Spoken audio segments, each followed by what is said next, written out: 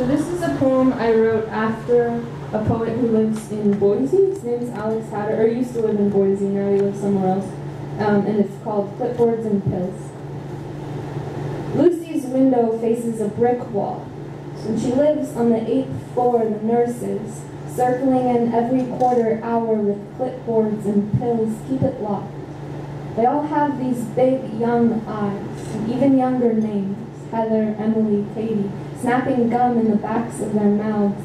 They give Lucy new names too: Sweetie, Honey, Dear. Lucy doesn't mind. She does the same thing to the seagulls outside. She tosses down slices of Wonder Bread. Twice a day, the nurses wheel her down the hall to a room with a pool table, where she watches a ball white as the outsides of eggs slide back and forth. In the corner, a record player recites lyrics Lucy used to sing, leaned up against a jukebox, blonde hair brushing just past her shoulders. Now even the titles are fading, worn out as dates on the backs of dirty nickels. Lucy has holes in her pockets. Change keeps slipping through them. Her husband Victor once hummed this song into her ear while they half-waltzed around the refrigerator, bodies pinned together at the chest. The prima ballerina in the safety of her own kitchen, Lucy always imagined lights brighter than the glow from the oven. Victor was a good love to her for 75 years. Even as she stopped recognizing him, he kept visiting, but when the nurses said it would be best not to upset her, Victor agreed. It would be best to remember only the music. As a gift, he left behind a jewelry box, showed her how winding it up made the small dancer inside turn, and she liked it. And the nurses let her keep it. Most of the time it's quiet, the lid closed, and they wheel her back to the empty bedroom, lean her head against a pillow. Lucy doesn't dream. She sleeps 8 hours a night. Her mind just can't hold onto images for that long anymore, with all the spinning.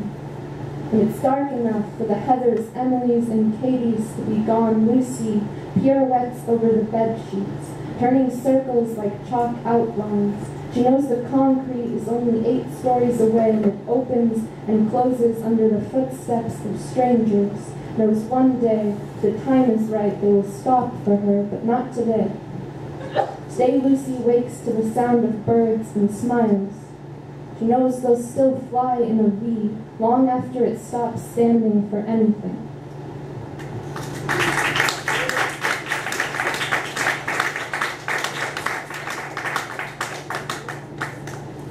So this is another one newer than the book, and it's a persona poem from the perspective of the iceberg to the Titanic.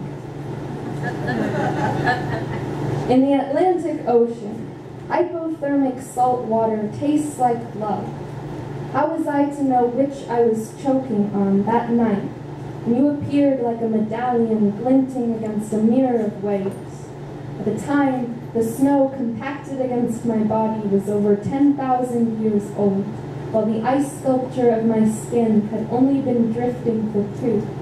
I was at once an antique and a toddler, and instantly began melting.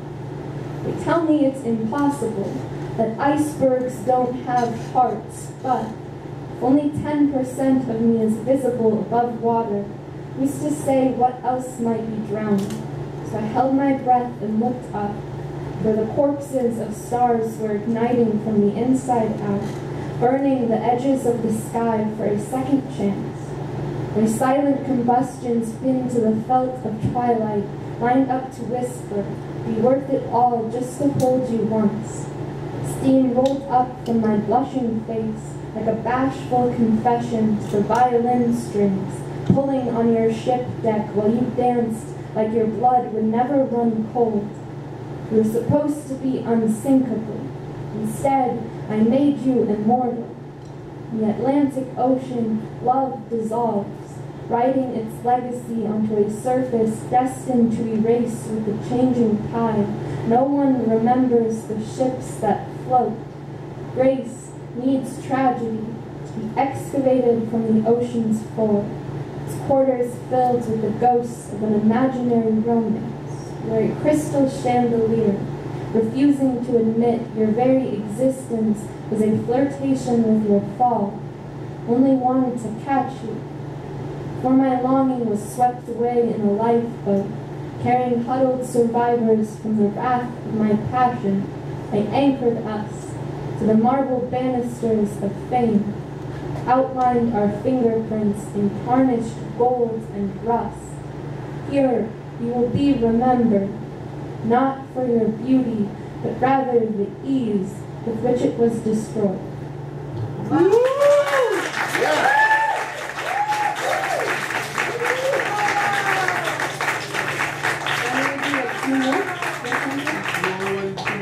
Like 5 or 6 more. I don't know.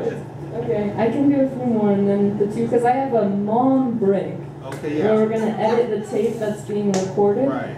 So you want to do like 2 or 3 more non-mom poems, and then we'll tear it off the tapes, and then we'll close up the mom poems? Okay, sure. Okay, cool.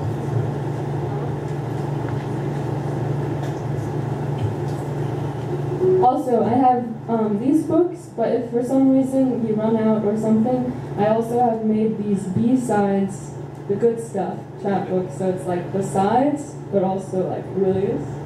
I don't know, it's kind of fun, it takes a second. So what I can do is mail you a real book, and in the meantime give you this book, which happens to have all the poems that either my editor hintingly suggested we should cut from the book because they're kind of bad, or just like poems that I wrote as part of NaPoWriMo in one day, or poems that lost a contest. So I'm going to just read a couple from here now because I'm going to be talking longer.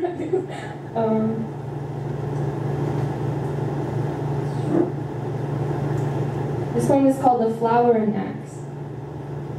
He brings me a SpongeBob-shaped Pez dispenser, peace offering for my bad day.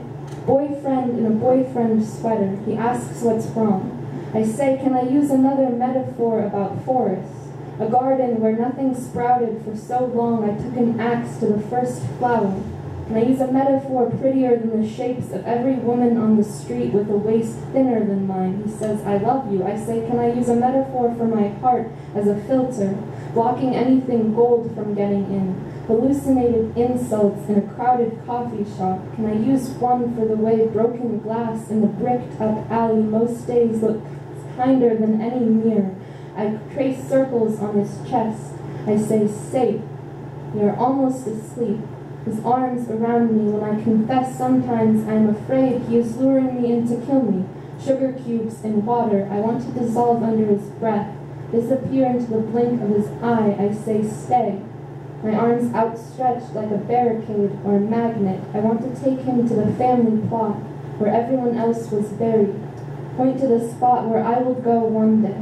Ask if he wants to move in. Help me make blankets of soil, of ash.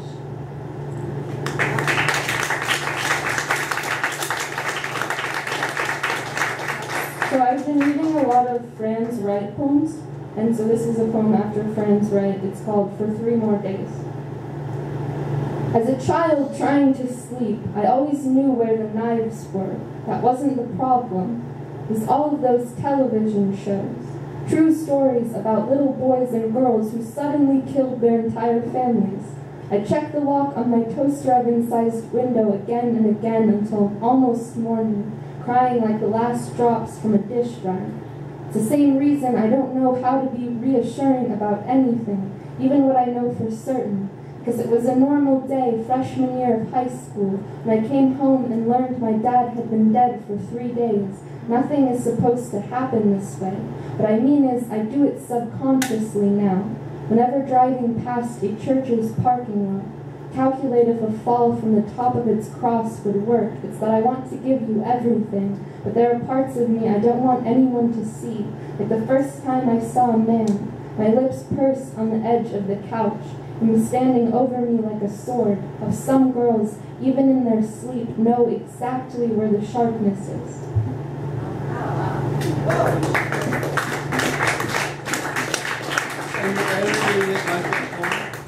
No, that's very new. My editor never saw that poem. That was a NaPoWriMo poem. Okay. Yeah.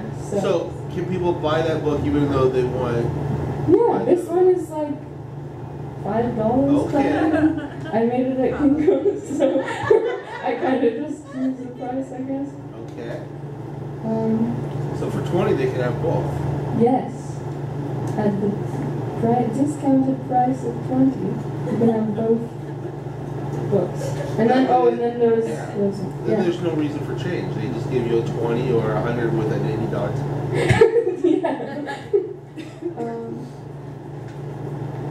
Here's a shorter one that's about my photo class, and I wrote it in my photo class, and then we had to submit like our notebook from the notes that we've been taking, and I was like, well, here's a poem I wrote vaguely about what was going on in class, if that counts. So this is Photo 101, Spring Quarter 2015. In the forests of California, a photographer spent 3 decades shooting stop-motion frames of flowers opening. He said it would be impossible for him to grow tired of the dance, how green strawberries redden, the earth feeding itself. We believe something this simple can last. The yellow bird, the bus stop in the rain, how strangers are always faultless and full, lovers we haven't met, the combined sum of all our spare change. Believe it doesn't matter whether it came from nothing or was just rearranged, it is here.